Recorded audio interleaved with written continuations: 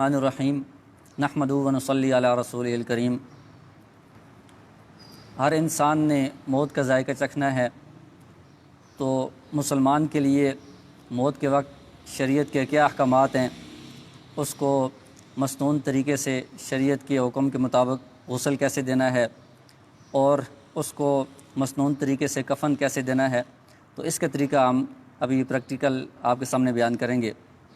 تو اس سے پہلے کچھ موت کے وقت کے جو اسلامی شرعی احکامات ہیں ان کا تذکرہ ہوگا۔ تو جب کوئی ایسا بندہ ہے جس کا موت کا وقت قریب ہو، تو اس کے لیے حکم یہ ہے کہ اس کو چرپائی پر اس طرح کمر کے بل سیدھا لٹا دینا چاہیے، اور اگر آسانی سے ممکن ہو، میت کو تکلیف نہ پہنچے، تو اس کا چہرہ تھوڑا سا قبلے کی طرف اس طرح گھما دیں، اور اگر اس سے اس کو تکلیف ہو رہی ہو تو پھر اس کو اسی طرح سیدھا ہی رہنے دیں۔ اور جو بندہ اس کے پاس بیٹھا ہے، ایک بندہ یا دو بندے، تو ان کے لیے حکم یہ ہے کہ وہ اس کو کلمہ کی تلقین کریں گے۔ تو کلمہ کی تلقین اس طرح نہیں ہوگی کہ اس کو کہیں گے کہ تم کلمہ پڑھو، اس طرح اس کو حکم نہیں دیں گے، کیونکہ یہ بہت سختی کا وقت ہوتا ہے، بہت پریشانی کا وقت ہوتا ہے۔ تو اگر خدا نخواستہ اس کے منہ سے کوئی ایسی بات نکل گئی تو یہ اس کے ایمان کے لیے خطرہ بن جائے گا کہ میں کلمہ نہیں پڑھتا، تو اس لیے اس کو حکم نہیں دینا ہے، بلکہ کلمہ کی تلقین کا مطلب یہ ہے کہ اس کے سامنے جو پاس بیٹھے ہوئے لوگ ہیں وہ خود اونچی آواز سے کلمہ پڑھنا شروع کر دیں گے۔ تو اشہد ان لا الہ الا اللہ و اشہد ان محمد عبدہ و رسولہ، یہ اس کے پاس اونچی آواز سے کہنا شروع کریں گے، تو اس کو بھی اس سے توفیق ہوگی، وہ بھی آہستہ آہستہ کلمہ پڑھنا شروع کر دے گا۔ اور ایک مرتبہ جب اس نے کلمہ پڑھ دیا ہے تو اب اس کے بعد بار بار اس کو تاکید نہیں کرنی چاہیے، کیونکہ جب ایک مرتبہ اس نے کلمہ پڑھ لیا ہے تو اب یہ اس کا آخری کلمہ ہو گیا ہے۔ تو اب اسی پر اگر اس کی وفات ہو جاتی ہے تو حدیث میں آتا ہے کہ من کان آخر کلامی لا الہ الا اللہ محمد رسول اللہ دخل الجنہ، جس کا آخری کلمہ یہ ہوگا تو وہ ضرور جنت میں داخل ہوگا۔ تو جب ایک مرتبہ اس نے یہ کلمہ پڑھ دیا تب اس کے ساتھ کوئی اور بات چیت نہیں کرنی ہے کہ اس کا آخری کلمہ یہی ہونا چاہیے۔ اور جو قریب بندے بیٹھے ہیں ان میں سے اگر کسی کو سورہ یاسین زبانی یاد ہو یا کوئی دیکھ کر پڑھنا چاہے تو وہ بھی اس کے پاس پڑھنی چاہیے، کیونکہ سورہ یاسین پڑھنے کی وجہ سے جو روح نکلنے کے وقت سختی ہوتی ہے اس میں کمی آتی ہے، روح نکلنے میں آسانی ہوتی ہے۔ تو جب روح نکل جائے گی تو اس کے بعد سب سے پہلے یہ کریں گے کہ میت کا جو چہرہ ہے اور سر ہے، کوئی پٹی لے کر اس کے سر کو، چہرے کو اس طرح باندھ دیں گے، جبڑوں کو، کہ اس کا منہ بالکل بند ہو جائے، اور اس کی جو آنکھیں ہیں اگر کھلی ہیں تو آرام سے ان کی آنکھوں کو بند کر دیں گے۔ اور اس کے بعد جو اس کی بازو ہیں وہ اگر اوپر ہیں یا اس طرح ہیں تو ان کو ہم سیدھا کر دیں گے بالکل، ٹانگیں اگر اوپر ہیں تو ان کو بھی بالکل سیدھا کر دیں گے۔ تو یہ روح نکلنے کے بعد سب سے پہلا کام یہ کریں گے۔ جی، پاؤں کے انگوٹھے بھی اگر وہ ضرورت پڑے، اگر کھلے ہوئے ہیں تو ان کو بھی باندھ دیں، ورنہ ٹانگیں اور بازو یہ سیدھے کر لیں اور آنکھوں کو بند کر دیں، اور جو جبڑے ہیں ان کو اس طرح باندھ دیں کہ منہ آپس میں بند ہو جائے۔ اس کے بعد میت کو غسل دینا ہے، تو میت کو غسل دینا شریعت میں صرف ایک مرتبہ واجب ہے، یعنی میت کو غسل دینا اس کا حکم یہ ہے کہ یہ واجب ہے، اور یہ میت کا غسل صرف ایک مرتبہ ہے۔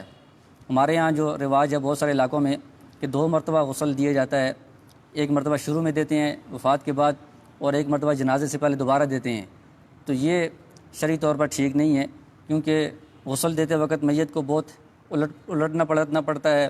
اس کو بہت ذرا سے تکلیف ہوتی ہے، تو یہ اس کے ساتھ ظلم ہے۔ تو ایک مرتبہ غسل کافی ہے، شروع میں دے دی ہے تو اب جنازے سے پہلے دوبارہ غسل دینے کی ضرورت نہیں ہے۔ تو غسل دینے کے لیے ہم کیا کریں گے کہ اس طرح ایک تختہ جو ہے یہ غسل والا، جو عام طور پر مساجد میں رکھا ہوتا ہے، یا اگر تختہ میسر نہیں ہے تو کوئی بھی ایسی لکڑی کی چیز یا خالی زمین پر بھی اس کو لٹا سکتے ہیں۔ تو اس سے پہلے یہ جو تختہ ہے، میت کو لٹانے سے پہلے اس تختے کو 3 مرتبہ دھو لینا چاہیے، پانی سے دھو لیں، اس کو صاف کر لیں۔ اس کے بعد اگر خوشبو کی دھونی اس کو دی جاتی ہے، اگر آسانی سے ممکن ہو تو دے لیں، ورنہ پانی سے اس کو دھو کر صاف کر لینا کافی ہے۔ پھر اس کے بعد میت کو لا کر اس کپڑے پر، اس تختے پر لٹایا جائے گا، اور پھر اس کے بعد میت کا جو ستر ہے اس کو ایک موٹے کپڑے سے ڈھانکا جائے گا۔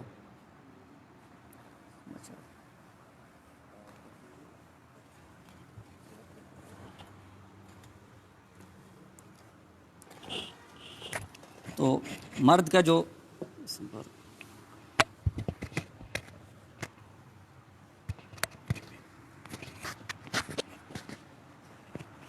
مرد کا سطر ناف سے لے کر گھٹنے تک ہے،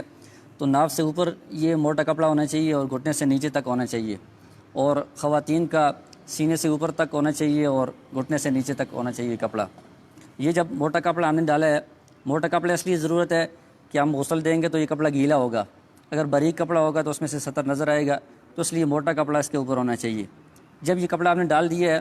اب جو میت کے کپڑے ہیں ان کپڑوں کو ہم اتار دیں گے۔ تو کپڑوں کو اسی طرح اتارنا تو ممکن نہیں ہے، میت سے بہت مشکل ہوتا ہے، تو اس کا طریقہ یہ ہے کہ اس کو آپ کاٹ دیں۔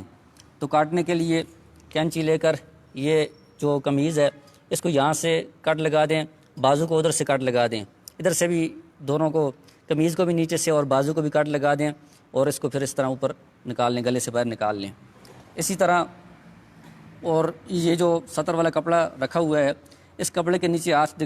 ڈال کر اس کا ازار بند کھول دیں گے، اور نیچے کی طرف سے اس کی جو شلوار ہے اگر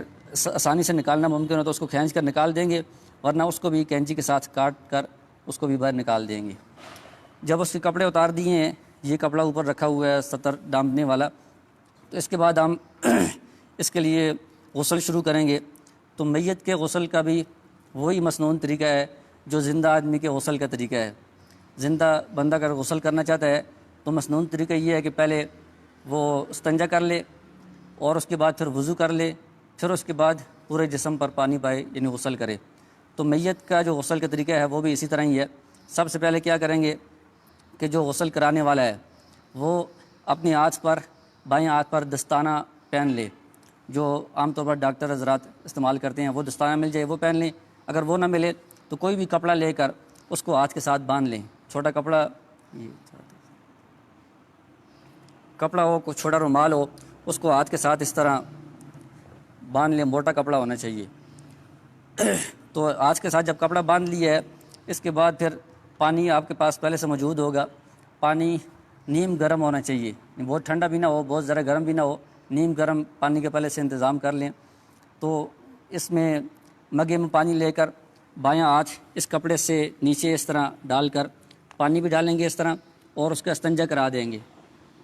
جب استنجا کروا دیا ہے، اچھی طرح اس کو صاف کر دیا ہے، اس کے بعد دوسرا مرحلہ یہ ہے کہ دستانے اتار دیں گے۔ اب اس کو وضو کروانا ہے۔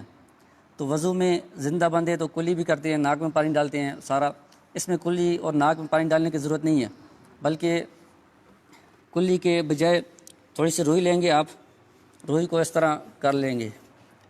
اور اس روئی کو پانی میں بھگو کر اس کے منہ میں، ہونٹوں پر اس طرح مل دیں گے تر روئی کو۔ اگر منہ کھلا ہوا ہو تو اندر جو دانت ہیں ان دانتوں پر بھی اس کو مل دیں گے، تو یہ اس کی کلی ہو جائے گی۔ ایک مرتبہ روئی کو تر کر کے اس طرح لگایا، پھر دوسری مرتبہ اور روئی لے کر اس کو بھی اس طرح بنا کر اس کو بھی تر کر کے اس طرح دوبارہ اس کے ہونٹوں پر لگا دیے، دانتوں پر لگا دیے، اس طرح 3 مرتبہ کریں گے،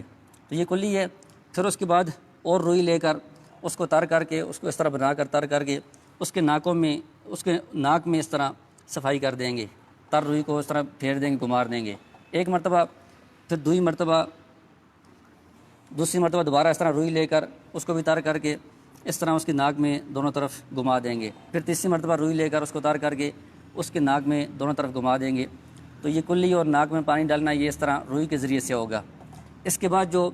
وضو کے فرائض ہیں وہ ہم پورے کریں گے کہ چہرے کو دھونا ہے، اور بازوؤں کو دھونا ہے، اور سر کا مسح کرنا ہے، اور پاؤں دھونے ہیں۔ لیکن چہرے کو دھونے سے پہلے یہ ضروری ہے کہ روئی لے کر، خشک روئی لے کر، اس کا اگر منہ کھلا ہوا ہے تو منہ پر بھی اس طرح آپ رکھ لیں،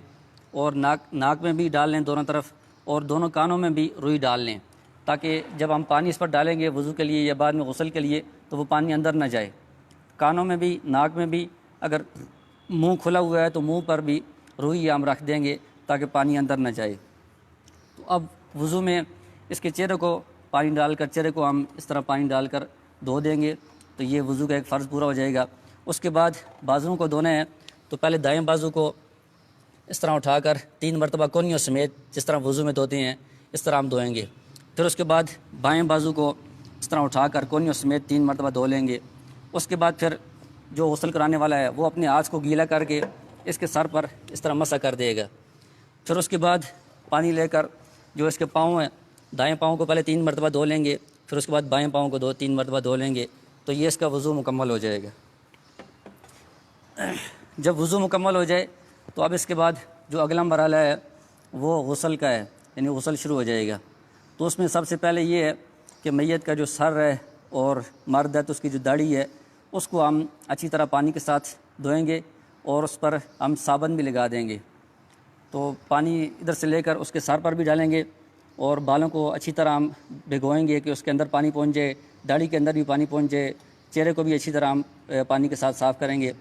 جب یہ سر اور داڑھی اور چہرہ اچھی طرح صاف ہو جائے اس پر پھر صابن بھی لگا لیں گے، صابن کے ساتھ دوبارہ اس کو ہم دھو لیں گے۔ اس کے بعد پھر ہم اس مردے کو بائیں کروٹ پر لٹائیں گے۔ بائیں کروٹ پر اس لیے لٹائیں گے کہ دائیں طرف سے ہم اوپر پانی ڈالیں گے۔ تو اب ہم اس کو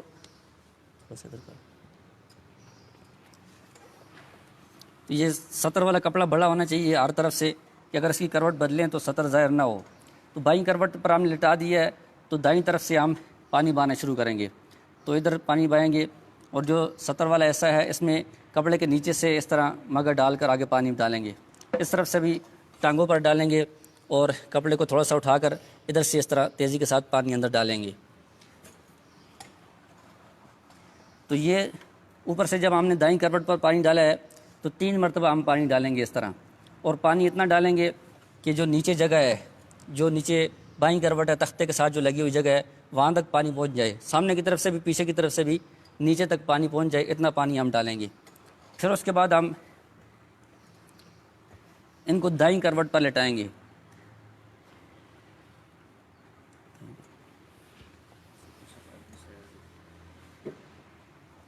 دائیں کروٹ پر جب لٹا دی ہے تو اب بائیں کروٹ اوپر ہو گئی ہے، اس پر ہم اسی طرح 3 دفعہ پانی بہائیں گے۔ یہاں سے شروع کریں گے اور ادھر کپڑے کے نیچے سے پانی ڈالیں گے اور اس طرح ٹانگوں پر بھی پانی ڈالیں گے اور کپڑے کے نیچے سے یہ سارا جو جسم ہے یہ 3 مرتبہ اس کو بھگونا ہے۔ اتنا پانی ڈالنا ہے کہ سامنے سے بھی اور پیچھے سے بھی نیچے جو جگہ ہے تختے کے ساتھ جو لگی ہوئی ہے وہاں تک پانی پہنچ جائے۔ جب 3 مرتبہ یہ پانی ڈال دیا ہے اس کو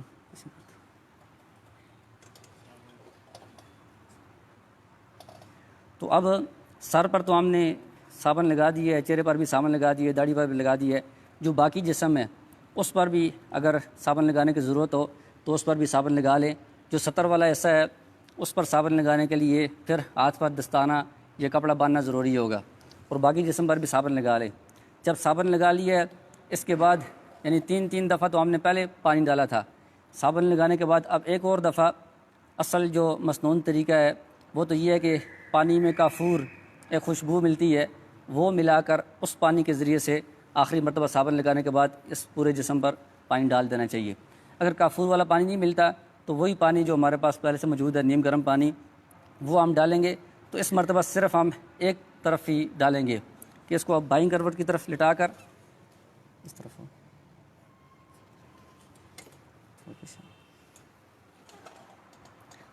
تو بائیں کروٹ پر لٹا کر دائیں طرف سے اس کو سارا پانی آخر تک بہا دیں گے۔ کافور ملا ہوا اگر پانی میسر ہو تو وہ ڈالیں گے، ورنہ جو عام سادہ پانی ہے نیم گرم پانی وہی سارا ہم اس میں ڈال دیں گے۔ اس دفعہ دوبارہ بائیں کروٹ پر لٹانا ضروری نہیں ہے، بس اس طرف سے یہ مکمل ہو گیا ہے۔ تو جب پورے جسم پر پانی ڈال دیا ہے اور صابن بھی لگا دیا ہے، اس کے بعد دوبارہ بھی پانی ڈال دیا ہے، اب اس کے بعد جو اگلا کام کرنا ہے وہ یہ ہے کہ جو غسل کرانے والا ہے وہ خود یا کسی کی مدد سے اس کے سر کو ادھر سے تھوڑا سا اوپر کریں گے، پیٹ کو بھی تھوڑا سہارا دے کر اوپر کریں گے۔ اب اس کے بعد وہ جو پیٹ ہے اس کو ہلکا ہلکا دبائیں گے، اس طرح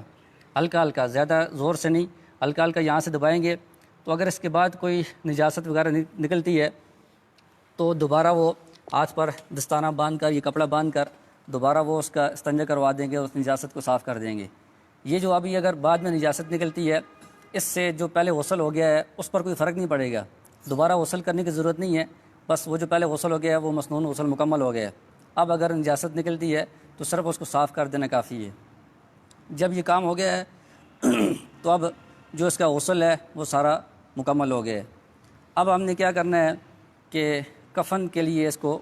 چرپائی پر لٹانا ہے، کفن باندھنے کا انتظام کرنا ہے، اس کی صحیح ترتیب کرنی ہے۔ تو اس کے لیے پہلے ہم تولیہ، چونکہ یہ سارا اس کا جسم گیلا ہے تو اس لیے پہلے ہم تولیے کے ذریعے سے اس جسم کو خشک کریں گے۔ تو تولیے کو جس طرح زندہ لوگ استعمال کرتے ہیں اس طرح رگڑ کر مل کر اس طرح استعمال نہیں کرنا، کیونکہ بعض اوقات جلد بہت کمزور ہوتی ہے تو اس کو بھی نقصان پہنچتا ہے۔ تو اس کو ہم اس طرح کر کے اس کے اوپر صرف رکھیں گے کہ وہ پانی کو چوس لے، اس طرح زیادہ زور سے اس کو ملنا نہیں ہے۔ تو تولیے کے ذریعے سے اس کے بالوں کو بھی، داڑھی کے بالوں کو، چہرے کو اور جسم کو ہم خشک کر لیں گے۔ خشک کرنے کے بعد یہ جو کپڑا ہے جو ہم نے پہلے سے سطر پر ڈالا ہوا ہے، یہ تو ابھی پانی کے ساتھ بہت ذرا بھیگ گیا ہے، تو اب ہم اس کے اوپر خشک کپڑا ڈالیں گے سطر کو چھپانے کے لیے، اس کو ہم نکال لیں گے۔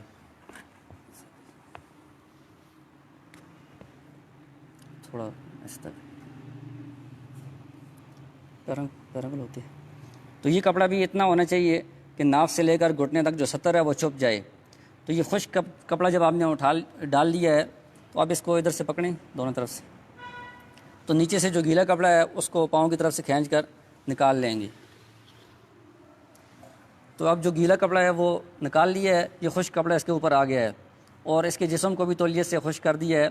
اب ہم اس کو اٹھا کر جو کفن ہم نے پہلے سے بچھایا وہ ہوگا اس پر رکھیں گے اور کفن کو باندھنے کا انتظام کریں گے۔ تو کفن کو کیسے بچھانا ہے پہلے اور اس کے اوپر میت کو کیسے لٹانا ہے، کیسے باندھنا ہے، تو وہ ہم چارپائی پر اس کی پریکٹس کریں گے۔ ٹھیک ہے، ہاں اسی اٹھو